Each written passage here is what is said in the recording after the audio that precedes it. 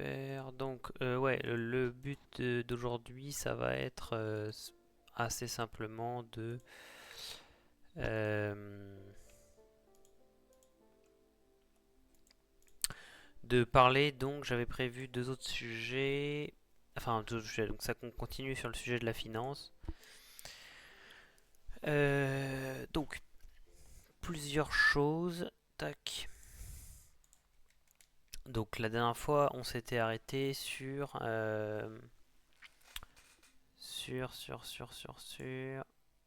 Hop, je vais ouvrir le truc. Voilà, on s'était arrêté là-dessus. Euh,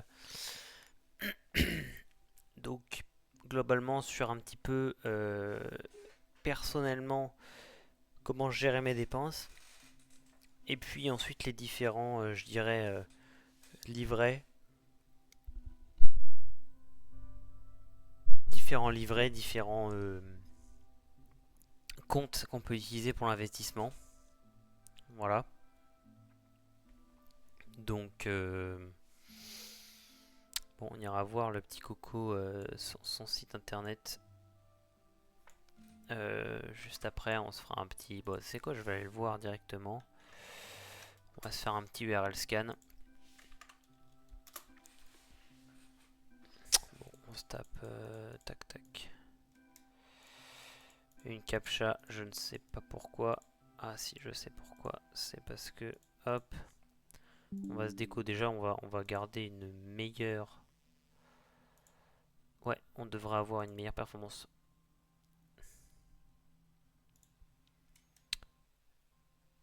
Ouais, désolé, le live a juste crash 3 secondes. Mais c'était juste pour désactiver un VPN qui ralentissait le truc. Du coup, on va mettre son site. Tac.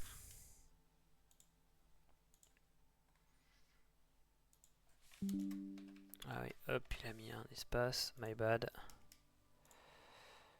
My bad, my bad. Hop.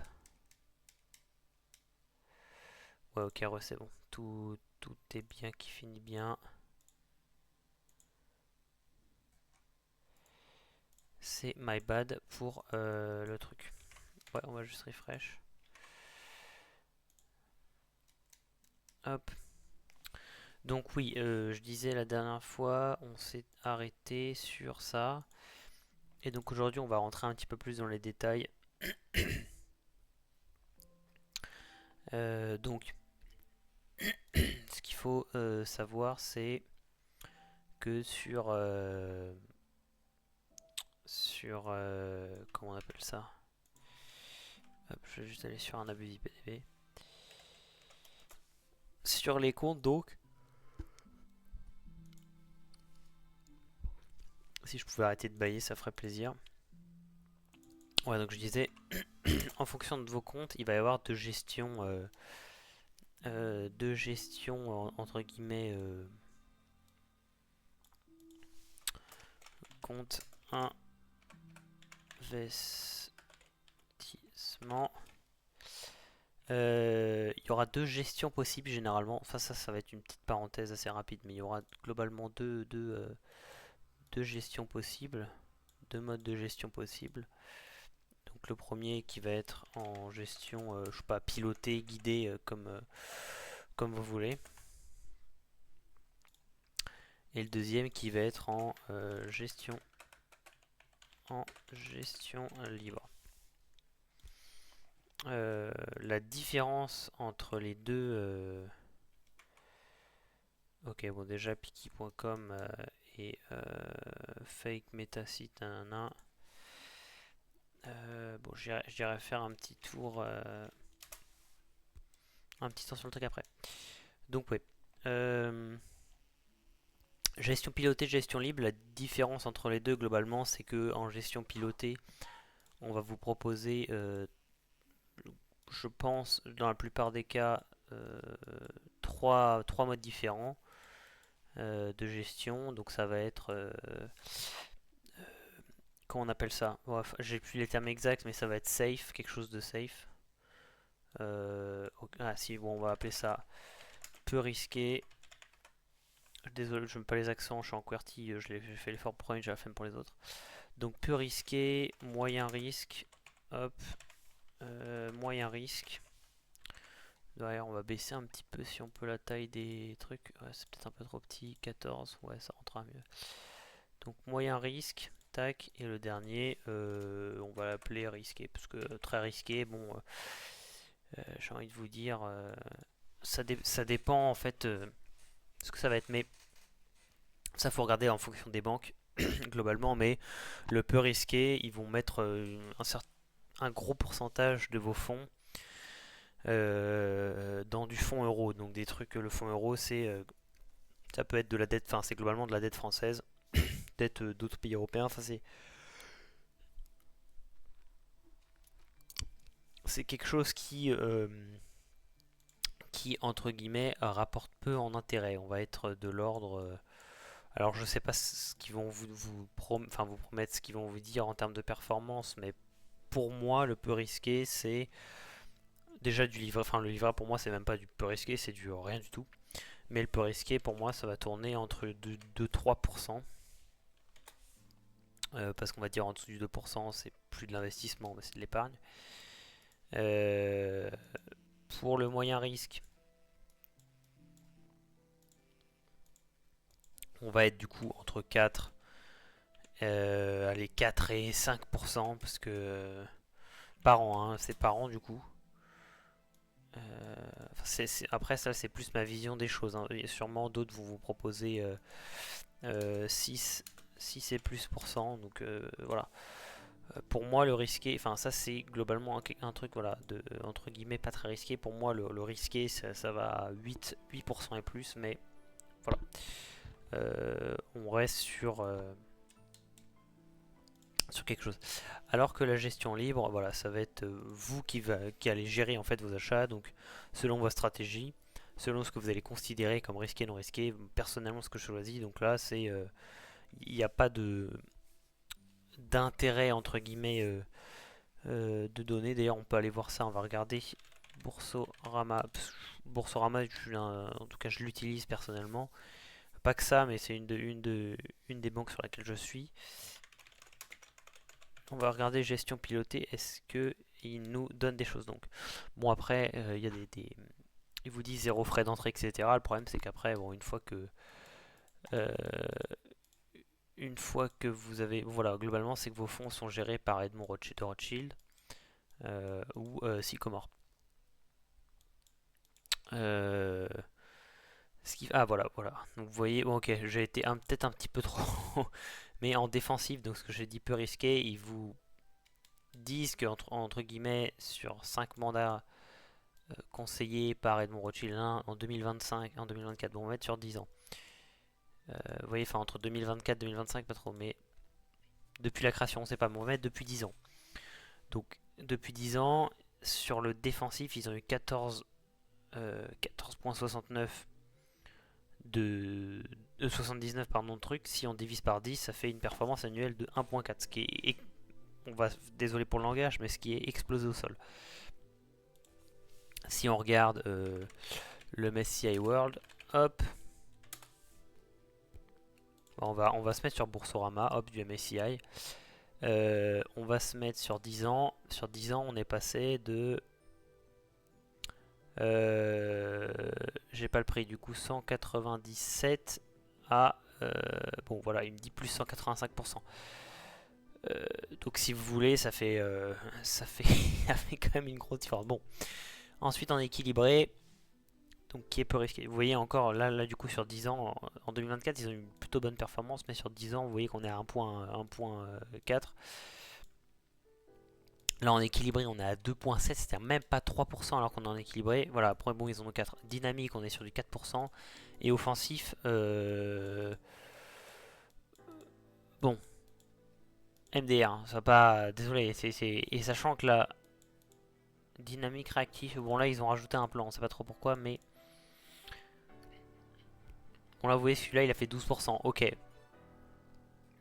Mais voilà, sur les 10 ans pour l'offensif, la moitié a été fait depuis 5 ans. Enfin, bref. alors que le MSCI World sur 10 ans a fait 185%. Donc voilà, c'est pour vous dire que c'est pas forcément le mieux, l'idéal. Surtout qu'ils vont prendre évidemment des pourcentages, des frais sur cette gestion, donc ça va encore plus altérer vos performances. Altérer vos performances. Parce que ça, je sais pas si c'est les performances, je pense que c'est les performances hors prélèvement à mon avis, puisque et donc ensuite la gestion libre, bah, c'est vous qui gérez et vous payez uniquement les frais d'achat, de revente, d'autres, enfin d'achat de revente et peut-être d'autres, mais voilà, je sais pas en tête. Boursorama, je trouve personnellement que ça commence à être un peu cher en termes de frais d'achat, etc. Alors après, ça dépend évidemment des produits que vous allez acheter, si vous les achetez eShare, donc BlackRock ou Amundi, et évidemment de la quantité. Sachant que il me semble que sur Boursorama, il y a une quantité minimum qui est assez élevée. Donc si vous avez, c'est pour ça que si vous voulez mettre peu d'argent chaque mois, c'est-à-dire 50 euros, 100 euros, 100 euros c'est quand même déjà une bonne somme, donc plutôt 50 euros par mois. Plutôt aller sur Trade Republic est très bien pour ça. C'est qu'on peut investir à partir d'un euro. Et c'est plutôt intéressant. Donc, évidemment, toujours pas de collaboration commerciale. Absolument pas. Est-ce que on peut avoir... Bon, on devrait peut-être l'avoir sur la page principale du site.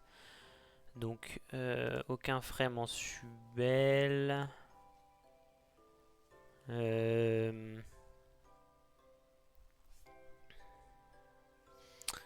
Alors. Qui peut avoir un compte, comment pouvez-vous proposer des frais aussi bas? Êtes-vous une banque? Oui, c'est une banque. Bon, c'est pas donné tout de suite, mais en tout cas, il le met. Ah, si, commencez à investir dès 1 euro dès dans les actions. Attendez, laissez-moi regarder ça. Pour seulement 1 euro, donc ça c'est cool. Et bon, les frais, je crois qu'ils sont vraiment très très peu.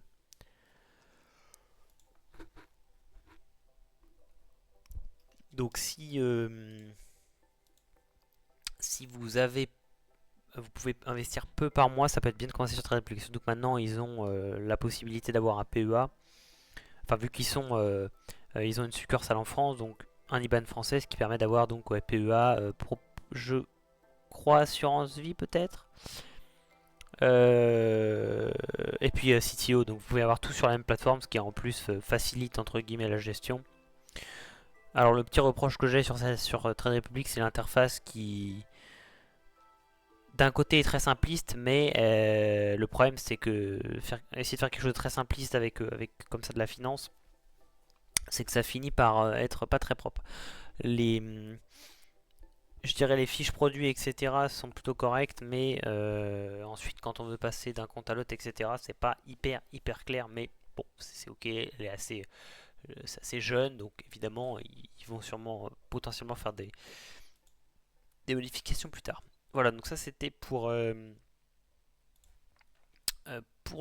frais, etc. Ensuite, voilà, si vous êtes sur une seule banque, le suivi de vos finances va être globalement assez simple. Par contre, si vous allez avoir votre compte courant à un endroit où vous recevez, je sais pas, votre salaire, vous allez avoir votre assurance vie sur un truc, vous pouvez avoir plusieurs assurances vie, donc aussi sur plusieurs potentiellement interfaces, vous allez avoir votre PEA sur un autre, un CTO ou plusieurs CTO sur d'autres trucs, donc voilà, ça peut devenir un petit peu compliqué. Donc l'idée c'est soit de passer par une plateforme qui vous permet de tout relier, donc de brancher pardon, vos comptes en banque. Personnellement, moi j'aime, c'est pas que je fais pas confiance parce que je sais que c'est globalement sécurisé, mais voilà, je fais de la cybersécurité, donc voilà, j'ai toujours ce petit truc qui me dit un truc externe qui se connecte à la banque, rentrer en mot de passe dedans, bref, du coup j'ai préféré construire moi-même mon petit suivi de banque, alors sans connexion. Ça se fait pour le moment, ça se fait manuellement, mais je suis en train de développer pour faire en sorte d'automatiser un petit peu la chose. Je pense que j'en reparlerai un peu plus tard quand ça sera quand ça sera mieux avancé et plus présentable. Mais voilà, je préfère le faire moi-même pour mettre toutes mes banques et puis avoir, avoir mes performances, etc. Donc maintenant, on va dire, grosses catégories d'investissement, quand où est-ce qu'il y a mon paint? Hop, les grosses catégories d'investissement, on va avoir, hop, je vais tracer une ligne, enfin, hop, ça c'est l'encadré. Donc ouais, quand vous pouvez, si vous avez peur au début, vous pouvez passer sur une gestion pilotée. Après, en fonction de votre profil, choisissez si vous voulez du peu risqué, moins risqué. Après, il y en avait plus, mais euh, globalement, après, je pense que c'est plus la mentalité en elle-même. Mais si vous commencez à investir alors que vous avez un crédit, vous avez déjà des enfants, etc., ça peut être assez intéressant, quelque chose d'un peu moins risqué. Essayez de faire en sorte en fonction de ce que dit votre banque, d'avoir quelque chose euh, qui est mieux, en tout cas qui essaie de se rapprocher au mieux du MSCI World. Parce que sinon en fait faites une gestion libre et mettez tout sur, enfin pas tout sur du MSCI World, ça c'est une erreur de dire ça, mais vous voyez qu'en suivant des indices assez globaux, voilà. Et surtout, il faut essayer d'avoir quelque chose qui est mieux que l'inflation. Alors en France, si je mets inflation moyenne France, si on va sur l'INSEE, a priori c'est des chiffres qui sont pas trop mauvais.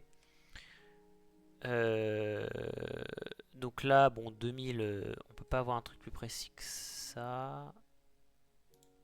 Tableau. Ok. Ouais, bon, en fait, si, c'est très bien comme ça. Bon, vous voyez qu'en 2009, c'était très bas, mais depuis Covid, globalement, 2021, bon, c'est un, et bon, là, c'est très inférieur, hein. Ça m'étonne qu'en 2021, on soit à 1,6, mais l'INSEE le dit, donc voilà, a priori. Et en 2022, on était à 5,2. Et en 2023, 4,9, donc très proche de 5. Bon, là, ça a fortement descendu en 2024 et je crois qu'on est quasiment resté pareil en 2025. Il me semble que c'est pas encore à jour, mais je crois avoir vu les chiffres de 2,2, quelque chose comme ça. Par contre, si on va dans les graphiques de la consommation, on voit notamment que l'alimentation, prix certains produits fortement changé. Enfin, on voit globalement que l'alimentation, ça a bien monté. Bon, le tabac, c'est normal, ils font augmenter le prix du tabac de jour en jour, mais globalement, c'est l'énergie et l'alimentation qui ont bien augmenté également. Euh, et le logement, est-ce qu'on a le logement? Non, il n'y a pas le logement, mais voilà, le prix d'un. Et donc, bah, c'est ce qui finit par coûter assez cher dans le portefeuille, hein. De toute façon, tout le monde le voit, hein, l'électricité et puis le gaz. Euh, voilà, hop. Il n'y a que des bots de. Il n'y a que des bots là, c'est. Tac, bannir. Hop, ça dégage, super.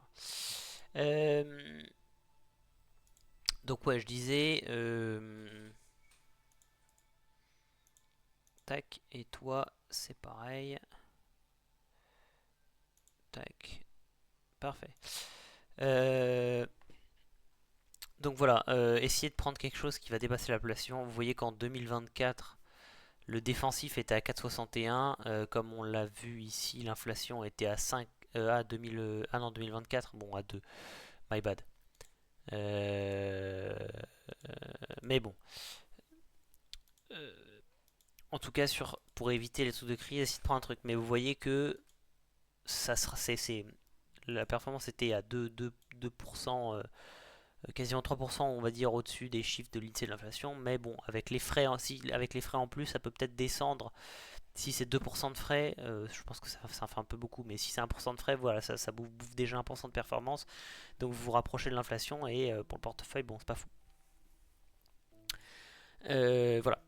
Donc maintenant, je dirais les grosses catégories que vous allez avoir, euh, c'est donc les ETF. Ensuite, vous allez avoir les actions. Ça, c'est on va dire les deux grosses catégories. Après, bon, vous allez avoir ce qui est, là, j'avoue que je suis pas du tout expert, mais tout ce qui est fonds euro, on peut appeler ça de la dette. Mais voilà. Donc globalement la dette, les fonds euros, ça va être ce qui va être le moins risqué. Enfin, ça dépend parce que actuellement, je sais pas si vous avez vu, mais enfin ça va dépendre du coup de la note du pays.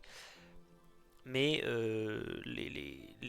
des grandes institutions internationales vont venir donner des notes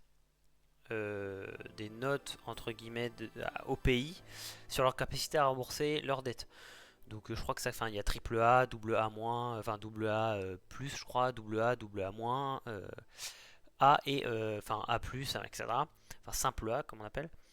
Et là, la France, je crois qu'il y a deux de ces agences qui ont fait baisser la note de la France de double A à simple A. Ce qui fait que certains pays, certaines institutions n'ont plus le droit d'acheter la dette française parce qu'elle est passée simple A. Et donc, entre guillemets, plus la note va être basse, plus les intérêts de la dette vont être élevés. Parce que, et enfin, donc ça veut dire plus de risques, enfin plus de risques à en prendre parce que ça veut dire que l'État en question est entre guillemets moins, enfin est plus à risque et donc entre guillemets il y a plus de chances qu'il ne rembourse pas, qu'il ne paye pas les intérêts, qu'il n'arrive pas donc à rembourser sa dette. C'est ça que je veux dire. Mais bon, généralement, quand l'inflation est basse, certes, les fonds euros vont avoir aussi un taux qui est assez bas en fonction du pays, mais au moins c'est assez safe. Vous êtes globalement sûr d'avoir vos intérêts, de retrouver vos fonds. Ensuite, il y a donc les actions qui sont simples, enfin, ouais, pour faire simple, des parts d'une entreprise. Donc une entreprise va, je sais pas, diviser va proposer par exemple, je sais pas, 1000 actions, 1000 actions à 1 euro. Euh, donc va commencer à 1 euro. Les actions vont valoir chacune 1 euro et puis en fonction des chiffres de l'entreprise, l'entreprise va gagner en valeur. Donc imaginons au début l'entreprise donc vaut 1000 euros. Imaginons qu'elle fasse 100% la première année, donc elle va passer à 2000 euros et donc les actions ne vont plus valoir 1 euro chacune mais 2 euros. Et donc la personne qui a acheté plusieurs actions va multiplier aussi la valeur de son portefeuille par deux. Enfin même la personne qui a qu'une seule action va multiplier son portefeuille par deux, mais voilà. Et donc ça, chacun peut en acheter. Donc c'est assez risqué également parce que la performance dépend, enfin du coup la performance de l'action dépend intrinsèquement de la performance de l'entreprise. Si l'entreprise fait une mauvaise année, bah forcément ça va impacter négativement son action. S'il y a un scandale dans l'entreprise, et pareil, d'ailleurs on a vu pas mal, enfin plusieurs déjà boîtes françaises un petit peu, enfin notamment je crois que c'est Atos Stock. Si on regarde sur sur le oula d'ailleurs il y a eu un truc bizarre là. Ouais, je sais pas si c'est normal. Enfin bon, Atos, vous voyez, bon là depuis le max, ça a commencé en 92. Elle est montée plutôt bien. Elle a fait un pic. Bon, ça aurait peut correspondre potentiellement à la bulle de l'année 2000. Donc elle a atteint quasiment les 10 000 en commençant à 300 peut-être, il y avait un peu avant, mais ensuite elle est retombée à 1400 quand même. Puis elle a fait son petit bout de chemin. Elle est globalement, elle a aussi entre 1000 et elle a quand même, entre 1000 entre 1000 et voilà et 3000. Puis elle est repassée au-dessus des 5000. Il a fallu 2017. Elle n'a jamais retouché son max de 9000. Et puis là, depuis 2017, elle a fait que baisser pour retomber à 60 euros. Je crois que c'est son plus bas historique. Donc elle a perdu globalement 84%. Voilà. Donc c'est 99%. Enfin, bref. Donc un peu morte. Pareil, je crois qu'il y a la Société Générale qui est pas si bien que ça. Quoi qu'elle est remontée dernièrement, mais elle a eu un gros. Fallait monter en 2006, là, c'est juste avant. La crise des subprimes, elle a touché les 100... Ouais, bon, 140. 140. Pour retomber là en 2020 à 12, ce qui fait très très mal. Bon, elle a repris un petit peu des couleurs, peut-être que ça va reprendre.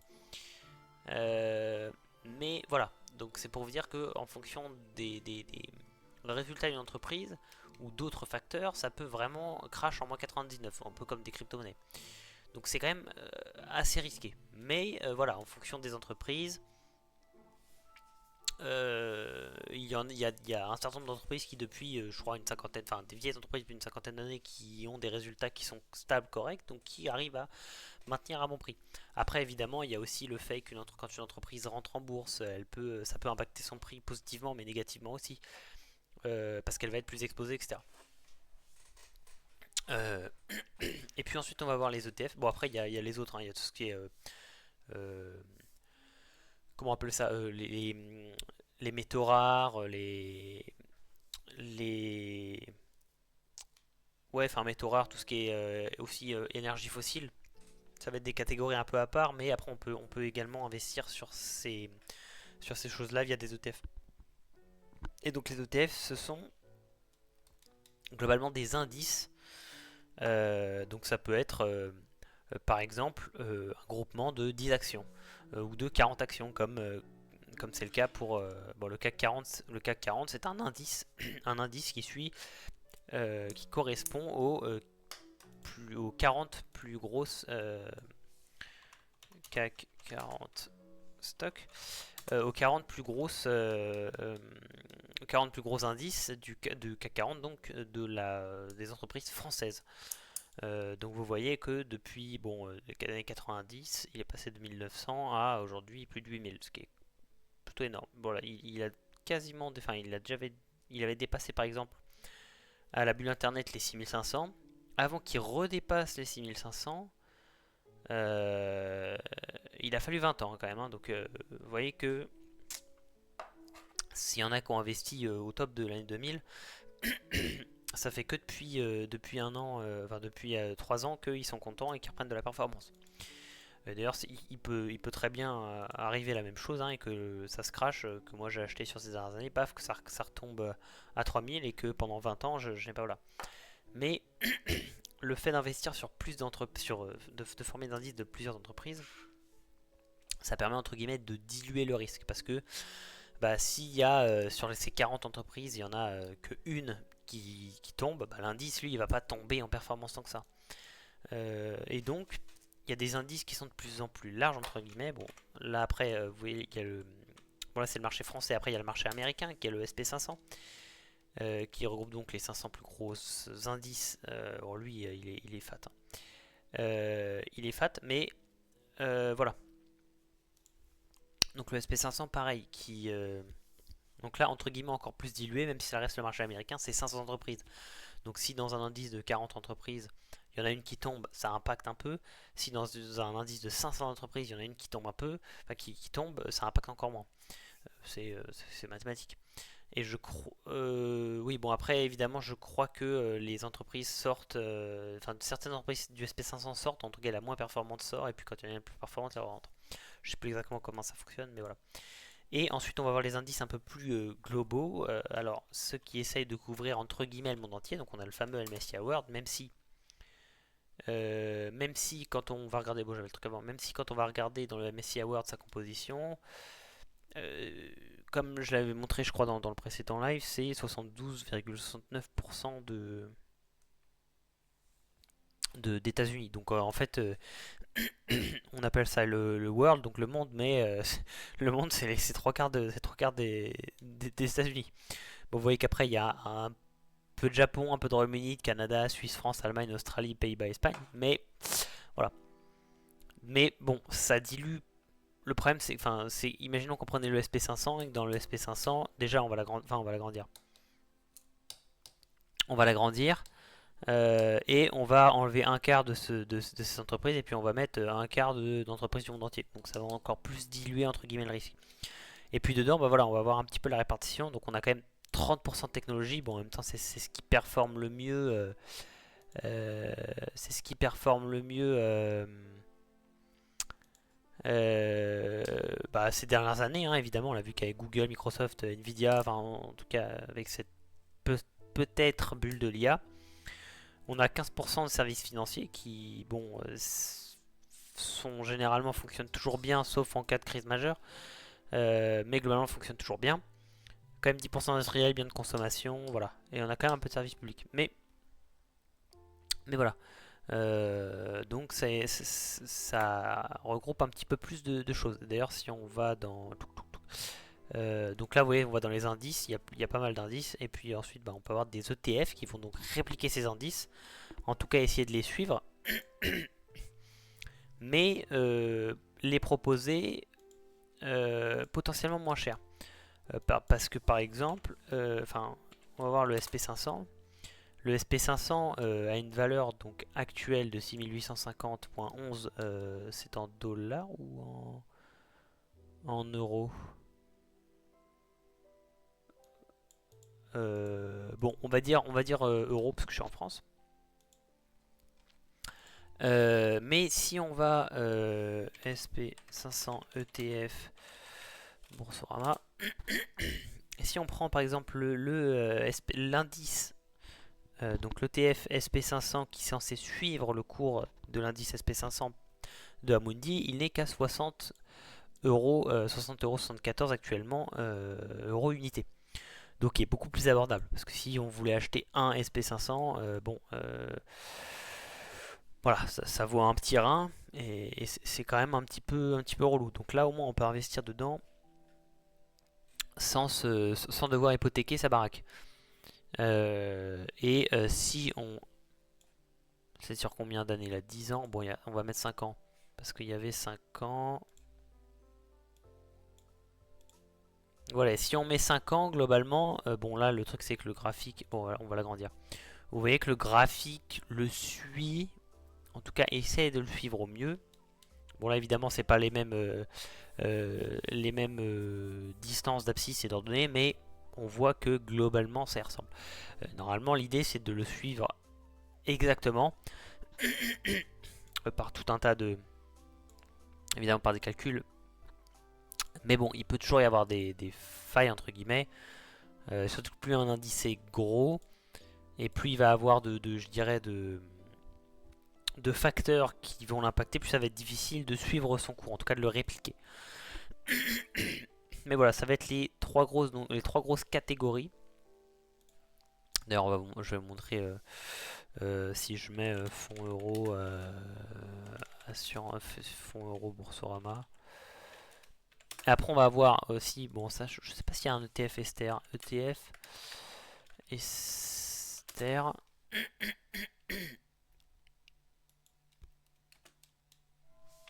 ETF Ester Boursorama.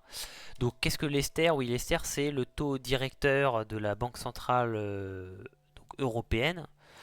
Donc actuellement, bon, c'est pour ça que le graphique est un petit peu étrange. Hein, c'est que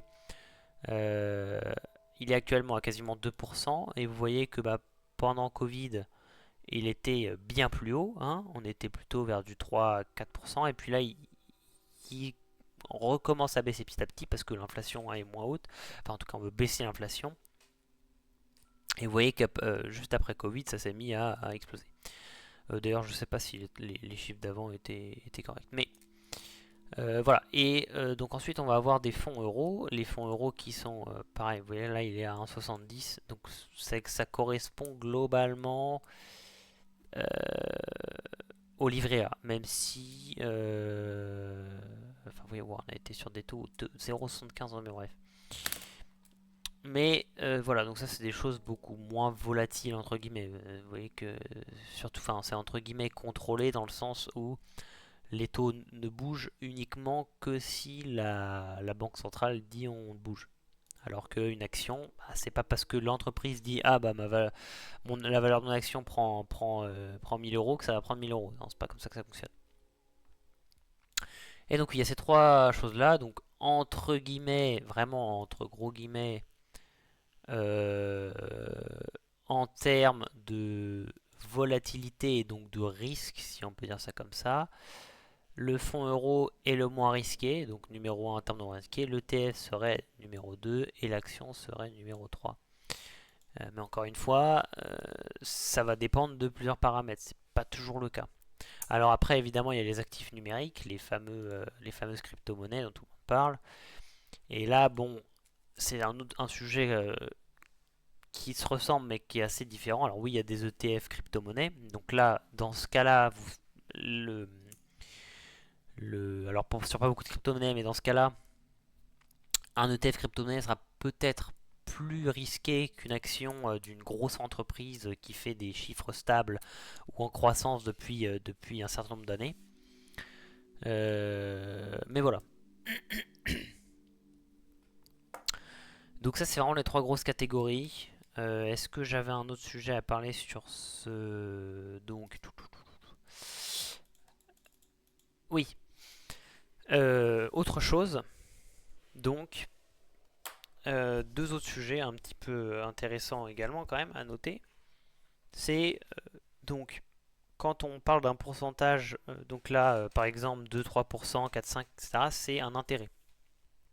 C'est-à-dire quand vous allez placer, vous allez entre guillemets placer de l'argent et on va vous récompenser pour avoir soutenu l'indice, l'action. Voilà, vous allez être récompensé. Donc, il y a ce qui s'appelle un phénomène intéressant. Donc, sur League of Legends, ça serait le snowball. Sur la finance, c'est les intérêts composés. C'est-à-dire que les intérêts composés, donc l'effet boule de neige, comme on pourrait l'appeler, c'est par exemple, j'investis 100 euros. Désolé pour mon écriture. C'est la souris, c'est horrible. La première année, disons, je fais 4%. Bon, bah 4% de 100 euros, à la fin, il va me rester 104. Disons que c'est net d'impôt, c'est-à-dire qu'on a payé les plus-values, etc. L'année suivante, si je refais 4%, bah, je vais pas avoir,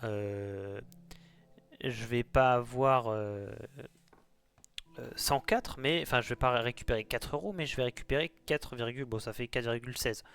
Donc je vais avoir 108,16. L'année suivante, si je refais 4%, donc 108,16 fois 0,04, je vais passer encore plus. Enfin, ça va monter à 112,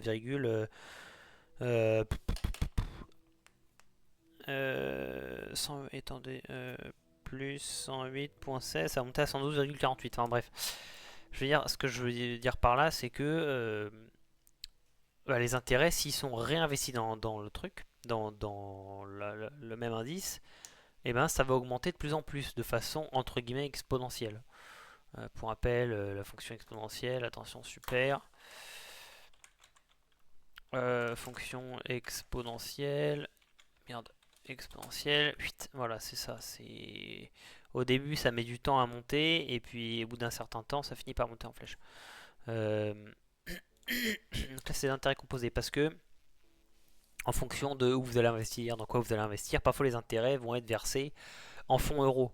Donc pas du tout intéressant. Parfois vous allez avoir le choix de choisir entre réinvestir les intérêts euh, ou les récupérer. C'est-à-dire qu'au lieu que l'année suivante vous allez avoir les intérêts sur 104, vous allez récupérer les 4 euros pour, je sais pas, acheter des bonbons.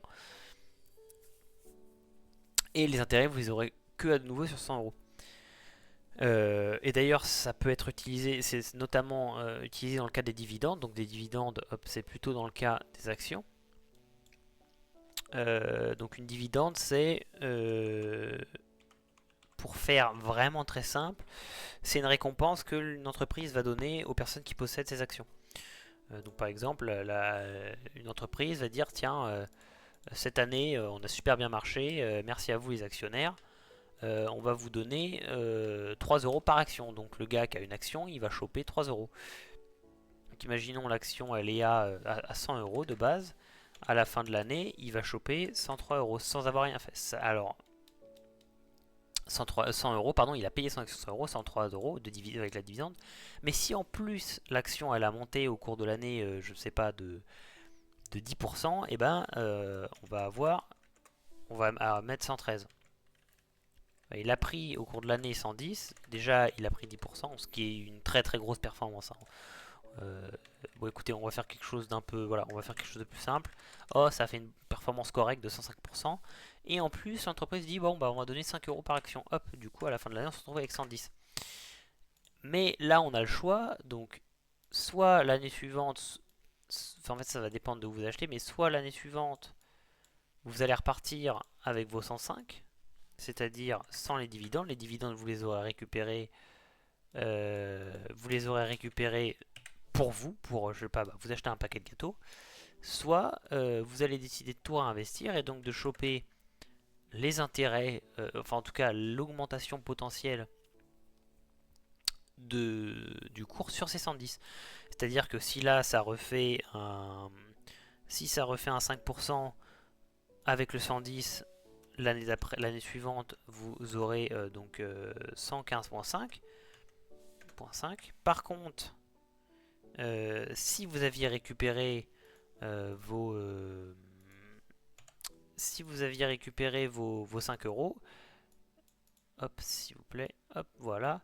L'année suivante, vous n'aurez que les 5% sur les 105 et donc ça ferait 110,25.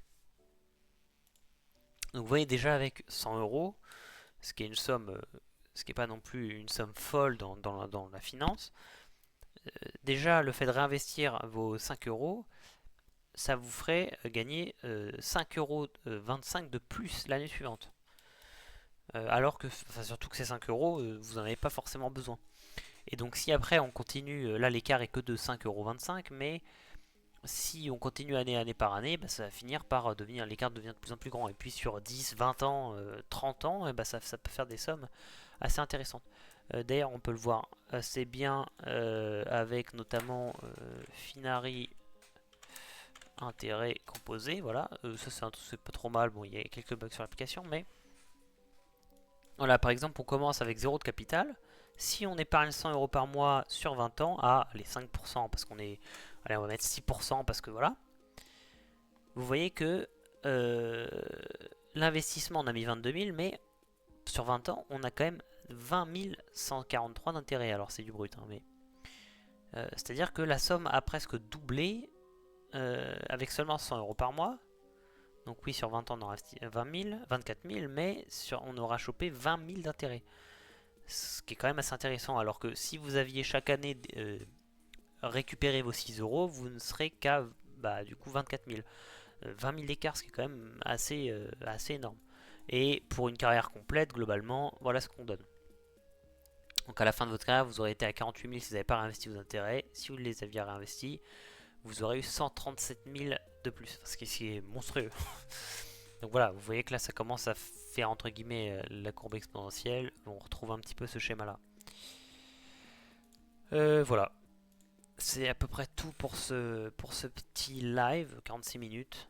Je pense que j'ai quand même expliqué pas mal de choses. On pourra revenir évidemment sur les dividendes et puis les intérêts composés si besoin, mais voilà, je trouve que c'était assez intéressant. Voilà, donc à la prochaine.